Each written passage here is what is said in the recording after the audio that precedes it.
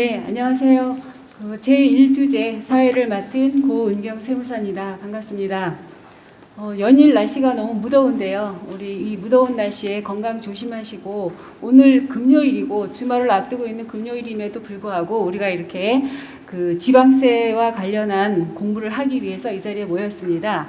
우리 첫 번째 주제는 지방세 특례 제한법상 178조에 있는 부동산의 취득세 감면 추징에 관한 일반 규정의 법리와 쟁점에 대해서 검토하고, 또 거기에 나오는 매각 증여의 개념, 그리고 또 매각 증여의 개념에서 제외될 수 있는 그런 범위에 대해서 검토하기 위해서 오늘 1주제를 선정을 했습니다.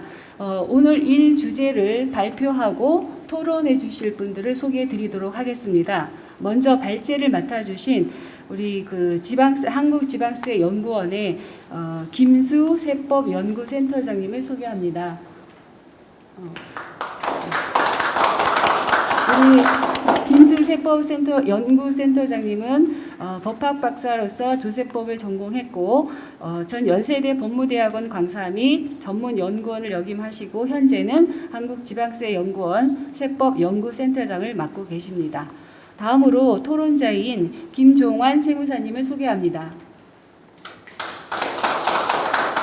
네, 우리 김종환 세무사님은 고려대학교 법무대학원 조세법학과를 졸업했고 현재는 달인 세무회계 컨설팅 대표이며 한국세무사회 지방세제도 연구위원을 역임하고 있습니다. 다음으로 토론자이신 신철 세무사님을 소개합니다. 우리 신철 세무사님은 해인 세무법인 대표이사이며 한국세무사회 세무연수원 교수이며 가톨릭대학교 융복합전공 겸임교수이고 현재 역삼세무서 국선대리인이기도 합니다. 자, 이상 우리 발제자와 토론자 소개를 마쳤고요. 다음으로 이제 발표 순서입니다. 우리 김수 센터장님께서 발표를 하실 건데요. 발표는 PPT가 준비되어 있는 관계로 앞으로 나가셔서 발표를 해주실 거고요. 일단 주제 발표 시간은 약 30분 정도 발표해 주시고 토론자 두 분이 각각 10분씩 토론하도록 하겠습니다. 그럼 우리 발표 부탁드립니다. 예, 안녕하십니까. 저는 한국지방세연구원의 김수입니다. 네, 제가 오늘 발표할 내용은 지방세 특례제한법상 일반적 추징 규정에 관한 내용인데요. 특히 이제 그와 맞물려 있는 매각증여 개념을 중심으로 주로 논의를 진행을 하겠습니다. 감면과 추징은 굉장히 납세자에 큰 영향을 미칩니다. 그런 의미에서 납세자의 권익 보호에 최전선에 서 계시고 또 민간 분야 최고 교세 전문가 집단을 할 수 있는 이 한국세무사회와 논의를 진행할 수 있게 돼서 큰 기쁨으로 생각을 합니다. 특히나 이 모든 세법이 그렇겠습니다만 감면 정책에 대해서 정책 입안자, 연구자 그리고 민간 조세 전문가들이 같이 모여서 논의를 진행하는 것은 큰 의의가 있다고 생각을 하고요. 그런 의미에서 오늘의 논의가 굉장히 귀한 자리라고 생각을 합니다. 네, 시작하도록 하겠습니다. 일단은 목차를 보시면 첫 번째는 지특법상 이제 일반적 추징 규정의 법리부터 말씀을 드리겠습니다. 그래서 이 법리에 대해서 간단하게 논하게 되면 쟁점을 한 3가지 정도 얘기할 수 있을 것 같은데요. 첫째는 이런 일반적 추징 규정이 과연 계속 존부가 가능할 것인가, 아니면 또 여기서 적용 대상을 어떻게 확대할 수 있을 것인가, 이런 재검토 논의가 필요할 것이고요. 그리고 그중 가장 핵심적이라 할 수 있는 이 매각 증여의 개념에 대해서 다시 한번 논의를 하게 될 것입니다. 최근에 매각 증여에 대해서 정의 규정이 이제 들어왔는데요. 이 정의 규정의 내용과 그리고 이것이 어떻게 더 개선될 수 있는 여지가 있을 것인가에 대해서 이야기를 좀 해보겠습니다. 그리고 이제 세 번째로 할 수 있는 매각 증여의 예외 범위인데요. 실무가들 입장에서 이 부분이 가장 관심이 가실 겁니다. 그래서 신탁이라든지 합병 분할, 상소 이런 이슈에 대해서 과연 매각 증여에서 예외가 될 수 있을 것인지 이 부분을 간단하게라도 논의를 해보도록 하겠습니다. 감면 정책 같은 경우는 정책 목표 달성이라는 분명히 목적이 있습니다. 그런데 일부 납세자에서는 또 특혜가 있을 수 있고요. 또 조세 형평이나 중립성을 저해할 소지가 있습니다. 그래서 거기에서는 굉장히 엄격하게 해석해야 한다는 것이 기본적인 헌법재판소나 또 대법원의 입장이고요. 그래서 좀 말씀드리자면은 사실 민간 활동에 대해서 감면을 통한 조세 취나 재정 지원 등으로 이 중복점이 발생할 때는 또 배분이 비효율이 발생할 수 있고 또 재정 지급의 낭비를 초래할 수 있다라는 단점이 있습니다. 그렇기 때문에 또 일반 납세자 의식을 저하시킬 수 있기 때문에 헌법재판소에서는 굉장히 여기서 엄격하게 극히 한정된 범위 내에서 외계적으로 허용되어야 한다라고 밝히고 있습니다. 그래서 이 부분에 대해서는 규정의 설계와 적용에 대해서 굉장히 신중하게 해야 한다라는 것이 이 감면 정책입니다.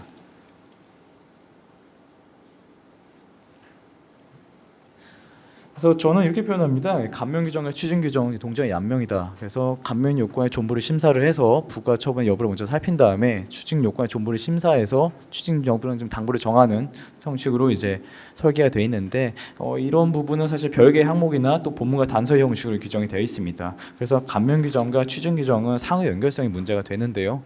그래서 이 규정이 상호 불일치가 발생할 때도 있고 또 이 보완 입법을 할 때 한쪽만 개정이 되기 때문에 또 규정과 충돌이 발생하는 경우가 왕왕 있습니다.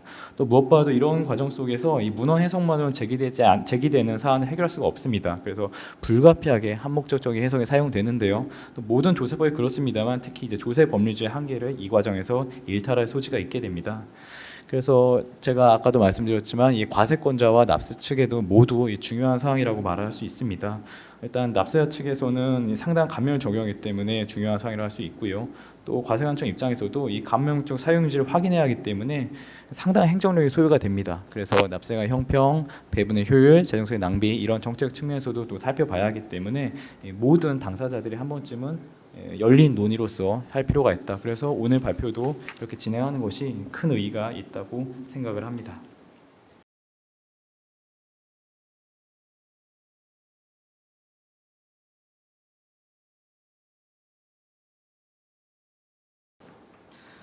네, 지특법 178조 구조를 살펴보면 이러합니다. 그래서 이제 1항과 2항으로 나눠져 있는데요. 1항 같은 경우는 당초에 감면 목적 없음을 전제를 해서 짜여져 있습니다. 그래서 사유요건을 미충족했을 때 유예된 취득세를 비교로 부과 처분할 방식으로 짜여져 있습니다. 그래서 직접 사용 개시 유예 기간 조항이라 이건 뭐 자의적으로 붙인 겁니다만 이렇게 구조가 되어 있고요. 1항 2호 같은 경우는 당초에 감면을 전제하고 감면했으나 사회 사정병이 있을 때 그걸 요건으로 해서 별개 추징 처분을 하도록 되어 있습니다. 그래서 그 조문의 실제 모양은 지금 이 표와도 같습니다.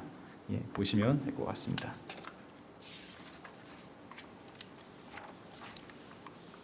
그래서 이것의 이제 각각 목적을 살펴본다면은 일단 일반 규정을 통해서 감면정책 효율성을 제고하는 게 목적입니다. 그래서 지방세 감면 특례권 입법 취지에 맞지 않게 부동산을 사용하지 않는 경우에는 감면의 지방을 추징하는데 취지가 있습니다. 그래서 이건 다분히 보충적 규정이라고 할 수 있고요.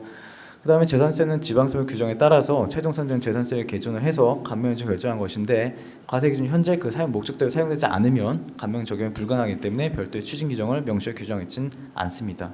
재산세와 취득세가 다르다라는 걸 말씀드리고 싶고요. 당초에는 이것이 지방세법에 규정되어 있습니다만 지금은 이제 지특법에 이관된 다음에 이건 신설되었다고 할 수 있습니다.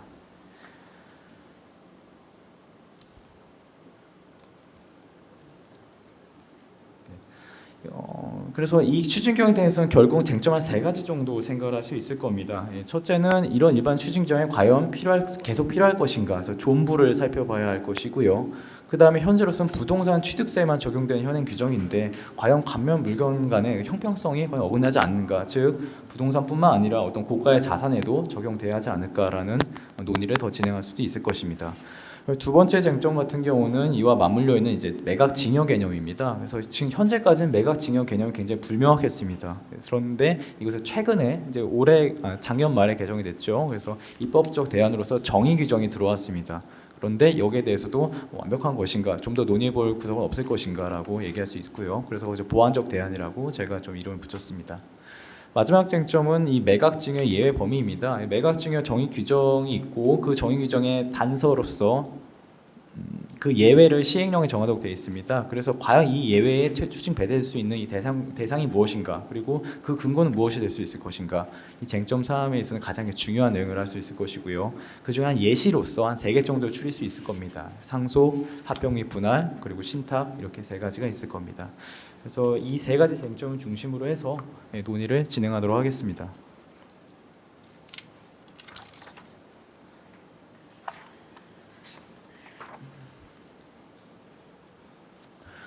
네, 첫 번째 쟁점의 이제 첫 번째 파트입니다. 일반적 추징이 과연 필요한 것인가라는 것이죠. 그래서 일반적으로 다 감면 목적에 맞춰서 개별 추징정이 각 조문에 있습니다. 지특법 내에. 그런데 다시 보칙에 일반적 추징을 넣는다는 것은 이거 중복 입법이 아닌가라는 의견이 있습니다. 그래서 감면 규정 유지하고 있는데 집사상 요건 등으로 해당 규정 요건 일부 벗어났을 때 이럴 땐 그냥 바로 일반 규정 적용되기 때문에 너무 부당한 추징이 발생한 것이 아니냐. 그래서 일반 규정은 폐지돼야 하지 않겠느냐라는 의견이 일부 있습니다. 그래서 검토를 해보는데요. 여기에서 이제 제가 검토하기로는 일단은 그 논거는 사실 어느 정도의 타당성이 있다고 생각을 합니다. 다만 개별 규정 요건이 미비해서 부당 추징이 발생한다는 것은 사실 해당 개별 규정에서 해결할 문제이지 이 일반적 추징정이 있기 때문에 안 된다라는 것은 사실 그건 앞뒤가 맞지 않다고 생각을 합니다. 그래서 그건 별개의 사안이라고 생각을 하고요. 따라서 이제 입법 취지는 여전히 유효하다는 전제를 했을 때 이 보충성을 지닌 일반적 추징 규정은 여전히 존치를 하는 것이 합리적이다라고 저는 생각을 합니다.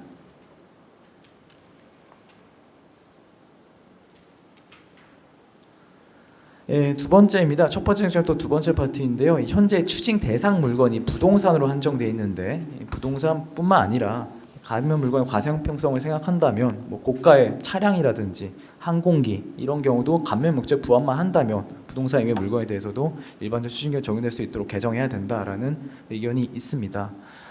이것도 일본 정도로는 좀 타당한 면이 있다고 생각은 합니다. 어느 정도는. 그래서 부동산의 상대적 고액이고 투기 등의 목적을 악용할 수 있는 측면에서 현재로서는 부동산만을 이렇게 과세 공부에 방지하기 위해서 일반적 규정을 넣었는데요. 문제는 이제 행정력 소유의 문제 같습니다. 그래서 감면 쪽이나 감면 과세 형평성 고려할 때는 분명히 추가된 추징 대상을 편입하는 거, 다른 자산 편입할 수 있겠지만 또 사후 관리 행정력 소유라든지 그다음 제도 효용성을 생각할 때는 좀 다소 현실적 어려운 면이 있지 않나라고 생각을 합니다. 그런 의미에서 현재 적용을 확대하는 것은 현재의 부동산으로 한정하는 것이 비교적 합리적일 것이다라고 저는 생각을 합니다. 네, 두 번째 쟁점입니다. 이제 매각 증여의 개념을 재검토하는 것인데요. 일단 정의 규정 도입 이전의 논의를 좀 살펴보겠습니다. 지특법상에 굉장히 매각 증여의 법문이 많이 나옵니다. 그래서 약 50회 정도 사용되는 것으로 보이는데요. 다만 특이한 것은 컴마가 아니라 이제 가운데 점이라는 거죠. 그래서 매각 점 증여인데 다른 이제 법문을 보면 보통 법문상 가운데 대점 같은 경우는 단순히 끊어진 게 아니라 뭐 서로 대등하거나 굉장히 긴밀한 관계, 밀접한 관계에 있을 때 사용하는 용례가 많습니다. 그래서 거기에 대해서 판시된 게 있고요. 그래서 현재 이 매각 증여도 매각과 증여의 그냥 단순한 결합을 보는 것이 아니라 어느 정도 매각 증여는 한 단어, 그러니까 즉 고유의 의미를 갖는 별개의 개념으로 보는 것이 타당하다라고 생각을 합니다. 이제 거기에 대해서 어떠한 의미를 가질 수 있을 것이냐에 대해서 그간의 불명확성을 해소하기 위해서 여러 논의가 있었는데요. 일단 헌재의 태도를 살펴보면 이 매각의 의미는 종합적으로 고려해서 판단을 해야 한다라고 합니다. 그러니까 단순히 팔아 넘기다 뿐만이 아니라 좀 더 종합적으로 팔 것이 있다. 그리고 또 증여 같은 것도 이 상징세법상의 증여의 의미가 있는데 일단은 여기 지금 포괄적인 개념을 다 포함한 것이 아니냐라는 것이 맞습니다. 그래서 증여와 병렬적으로 규정된 매각 역시 무상의 모든 이전의 대구적인 의미, 즉 유상의 모든 이전 행위를 의미한다라고 논리를 구성하고 있습니다. 다시 말하자면 증여의 포괄적 의미를 먼저 살피고 거기에 증여의 대구적 의미에서 매각의 포괄적 의미도 같이 맞추는 방식으로 규정을 하고 있습니다. 규정이라기보다는 헌법재판소의 태도를 가지고 있습니다. 결론적으로는 매각 증여의 포괄적 개념성을 인정을 한 것이죠. 대법원 같은 경우도 매각 증여는 직접 사용하게 추징력 구성하는 가장 불가능한 사유로서 소유자 지위 변경을 가져오는 이정의 전제를 하고 있고 또 매각은 그 산술적 의미, 법률적 용해 등에 앞서 각종의 입법 취지를 종합해서 해석할 수밖에 없다라고 봤습니다. 일단 사전적 의미로는 물건을 팔아버린다인데요. 법률적으로는 매매 등 법률 행위나 경매 등 법률 규정에 따른 유상성 있는 원인에 의해 처분이라는 법률 효과가 발생한 결과를 의미한다고 판시를 했습니다. 그래서 아까 헌법재판소만큼 결정적이진 않지만 대법원도 소유자 지위의 변경을 전제를 하고 있고 매각의 경우는 입법 취지를 종합하여 해석해야 한다는 태도를 판시하고 있습니다. 그래서 이런 불명확성에 대해서 해소를 하기 위해서 여러 좀 판례의 태도들이 있었습니다만 결국은 이걸 해소하기 위해서 이제 정의 규정을 최근에 도입을 하였습니다.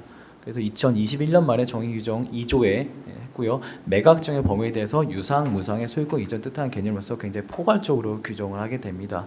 그리고 그래서 2조 1항 8의 2에 읽어드리겠습니다. 매각증여랑 이 법에 따라 지방세를 감면받은 자가 해당 부동산, 차량, 선박 등을 매매, 교환, 증여 등, 즉 예시적인 것이죠. 등 유상이나 무상으로 소유권을 이전하는 것을 말한다. 여기까지 굉장히 포괄적으로 규정을 하고요. 다만 대통령령으로 정하는 소유권 이전은 제외한다라고 해서 단서를 두고 있습니다.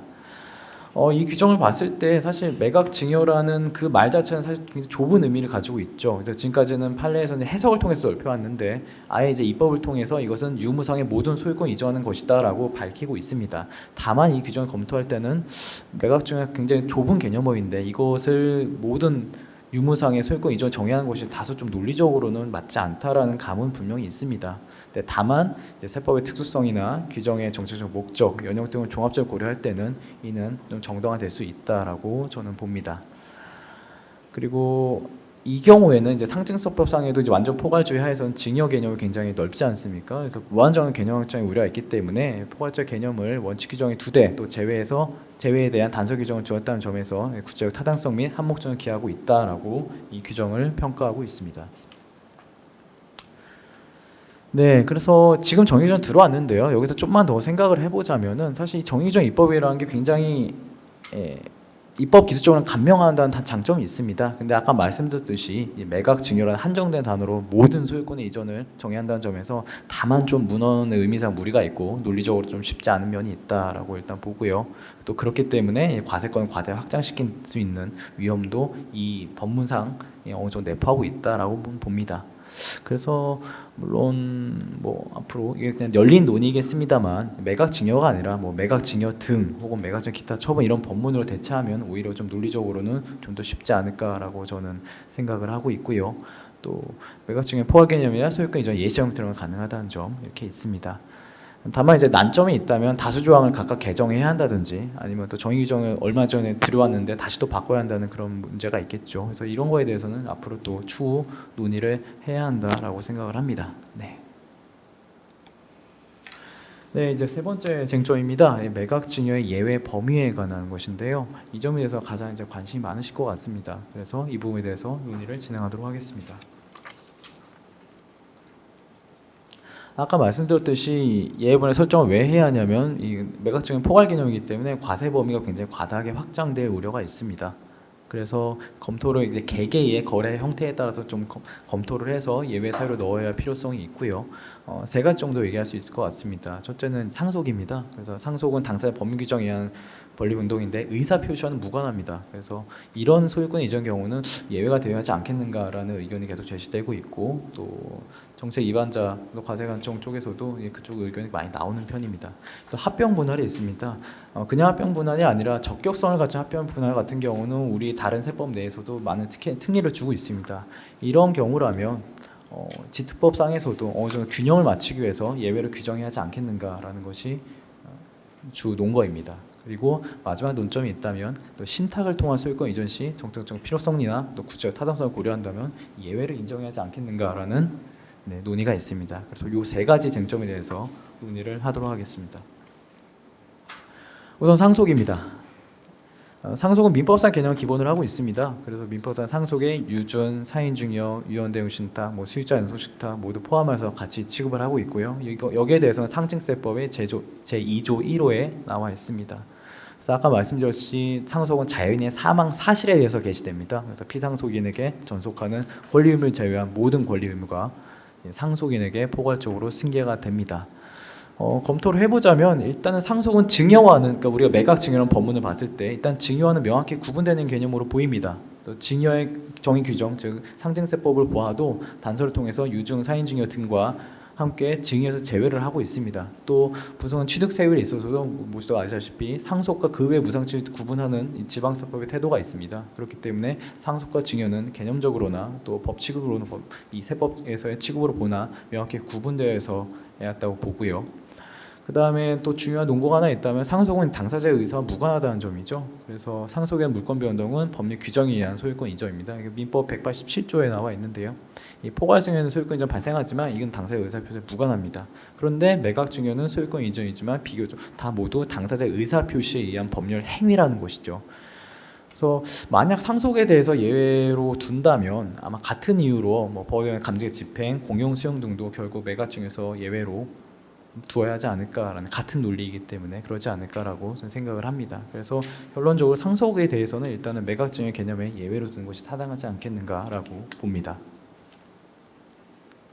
예, 두 번째로 합병 및 분할입니다. 일단 합병의 의미, 법적 성격을 보자면 뭐 많은 분들이 아시겠지만 일단은 논의를 위해 설명드리자면 합병이라는 것이 두 개 이상의 법인이 상법의 규정에 의해서 하나의 법인으로 대해서 청산전을 거치지 않고 한 개 이상 법인이 소멸되거나 권리 의무를 포괄적으로 이전하는 일단의 행위를 말합니다. 이 뭐 이번 지방세 관계 운영계획에 나와 있고요.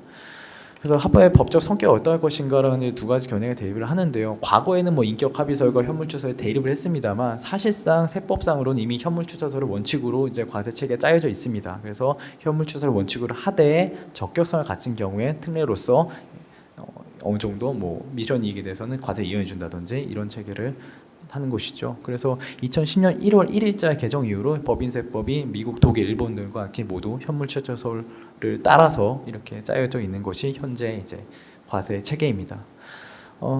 그런 의미에서 이제 현재 감면 규정을 보면은 합병 시 피한편의 보유 자산이 합병부에 양도돼서 그 자산에 이제 미션 이익을 실현하게 되는데 이때 자산 이전을 관한 과세 계기로 삼게 되면은 사실 정상적으로 사업을 영위하는 기업의 구조조정인 경우에도 이제 그것이 위축될 우려가 있습니다. 그래서 이런 의미에서 현대인 지특법제도는 합병이 조세 목적이 아니라면 적격성을 가졌다면 정상적인 기업 구조 재편에 해당한다면 증세 감면을 해주고 있습니다.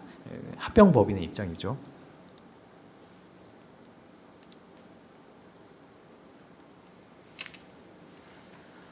네, 뭐 적격 요건에 대해서는 다시 한번 설명을 드리자면 이제 나와 있습니다. 사업 목적, 지분의 계속성, 사업의 계속성, 고용의 연속성이 있습니다. 그래서 이 적격성의 세세의 요건에 대해서는 굳이 설명을 드리지 않겠으면 일단은 생략을 하겠습니다.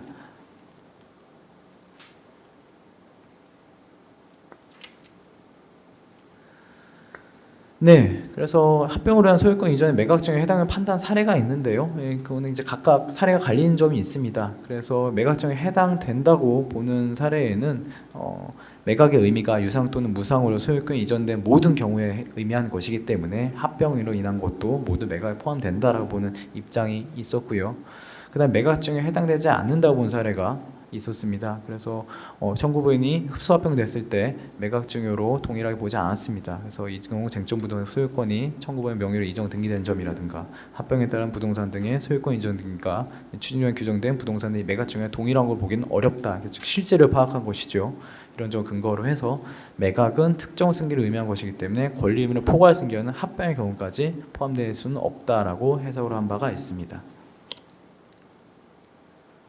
그래서 이제 검토를 해보자면은 만약 적격성을 갖춘 합병의 경우라면 입법 취지를 비춰 봐서는 매각점의 개념에서 배제되는 것이 맞지 않겠는가라고 생각을 합니다. 그래서 앞서 말씀드렸듯이 다른 과세 체계의 균형성이나 또 감면 목적 같은 걸 뭐 살펴봤을 때는 결국 합병 분할도 적격성을 가졌다면 매각증에서 빠지는 것이 맞겠다라고 생각을 합니다. 네, 그리고 또 적격성을 가졌다면 합병 분할뿐만 아니라 현물 출자라든지 기업 구조조정 외형이 감면 목적의 달성과 집중에 관해서 적고 모두 적격성을 가졌다면 어느 정도는 이 적성 기준 삼아서 예범위 해당을 가리는 것이 앞으로도 타당할 것이다. 물론 입법화되지 않았기 때문에 계속 검토해볼 필요는 있겠지만 어쨌든 적격성을 기준으로 삼는 것이 외형을 기준으로 삼는 것보다는 합리적이다라고 저는 생각을 합니다.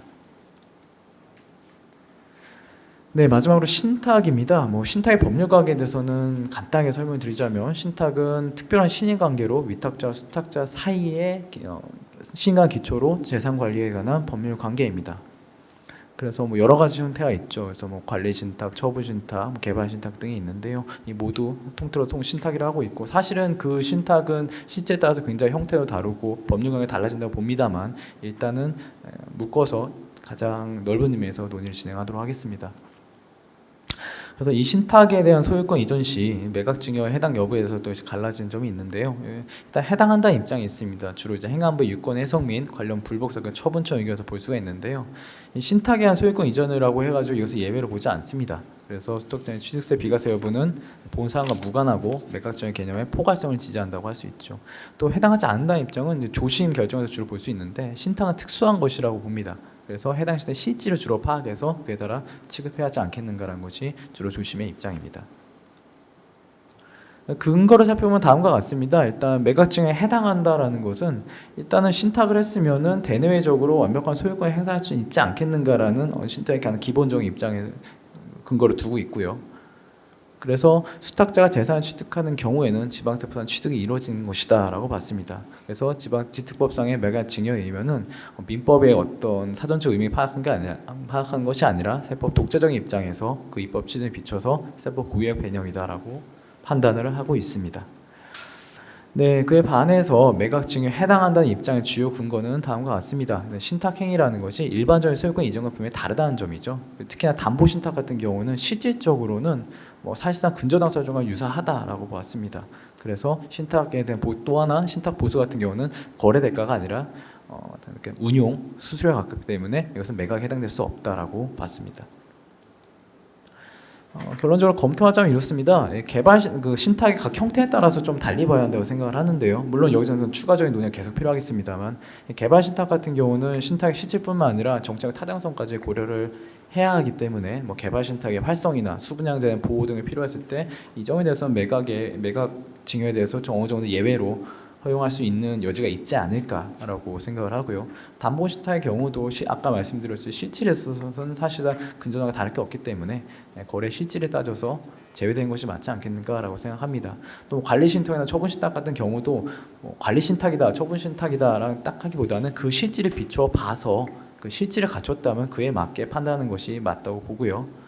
그래서 결론적으로는 일률적으로 판단할 수는 없습니다. 그래서 해당 신탁의 실질이나 정책 타당성을 종합적으로 고려해서 하나하나 규정을 하고 또 해석을 통해서 보충해 나가는 것이 맞지 않겠는가라고 저는 생각을 합니다. 정리하지만 다음 표와 같고요. 이 표에 대한 설명은 아까 말씀드려 갔기 때문에 이건 생략을 하도록 하겠습니다. 네, 별도의 요약 없이 저의 이번 발표는 이렇게 마무리하는 게 좋을 것 같고요. 또 여기에 대해서 좋은 논의가 계속 이루어질 수 있으면 좋겠습니다. 예, 감사합니다. 네, 우리 발제자께서 지방특례제한법 제 178조에 있는 부동산 취득과 관련된 그 감면 추징에 대한 일반 규정의 법리와 쟁점을 검토하고 또 그에 관해서 그 세 가지 정도 쟁점을 뽑아서 발표를 해주셨습니다.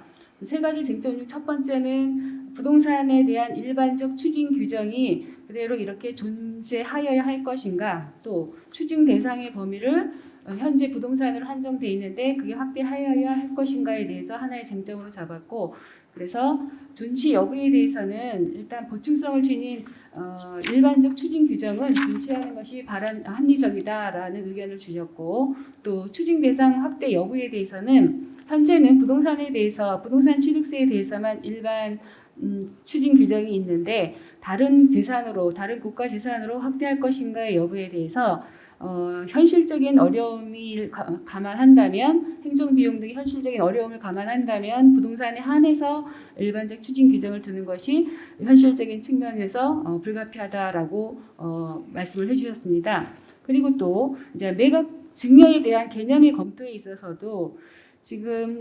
지특법상 매각 증여의 그 정의 개념이 좀 불명확해서 이에 대한 입법적 대안으로 정의 규정의 도입과 개별 추징 규정의 법문을 수정하는 방법 등을 제안을 하셨습니다.